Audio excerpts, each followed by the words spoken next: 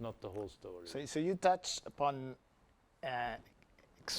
explanations at the end, and that even that some explanations are not good. So from your perspective, what's a good explanation in AI? Well, it depends a lot on the situation, the problem, the kind of thing that you want to explain, how you want the receiver as well. So, but can you just give us a hint about what's a good explanation, what's a bad explanation? Yeah, I think, again, for me, an explanation is an act of communication. I mean, whether it's between human and machine, or between teacher and learner and student and so on. Why is the derivative of x squared 2x?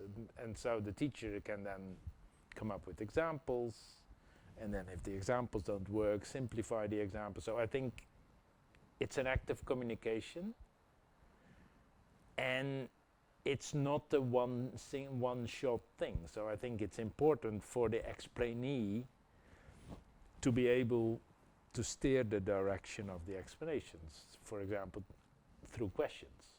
So, would it have made a difference if, would my loan have been granted if my income was higher, or if I had lived in the country for a year longer, or if I have settled status, or if I'm an EU citizen, or whatever. So these are counterfactuals. These are counterfactuals, yeah. These are not the only ones, but they are pretty powerful. There are also silly counterfactuals,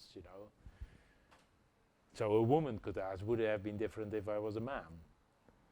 And if the answer was yes, then you could sue them, because that's against the law. If that's the only thing that changes, ceteris paribus, then but that's not it's not entirely unactionable in this day and age, but it's much harder than and sometimes you hear that. I mean, in universities, promotions procedures, if somebody is told, well, you can't be a professor, you have to graduate 5 more PhD students, then well, this is going to take me 10 years. So you're basically telling me that I can't be a professor for the next 10 years. So, actionability is important, but it is to do with stories. In the end, convincing somebody is making sure that they, the recipient, can embed it in their own cognitive framework.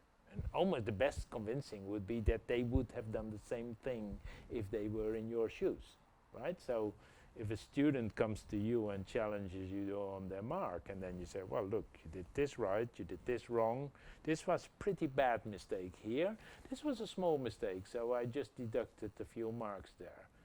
I mean, if you really convince them, they would agree that they got the right mark, right? So it's not always that strong, but I think it's really, explanations, to come back to your questions, are, I think, acts of communication where there is a flow of information in both directions, and the explainee has some agency in the process and can kind of steer the explanations. Whereas a lot of work that goes on in explainable machine learning now is very much one shot, and it's just an extra output of the algorithm, and that's never going to be the whole story.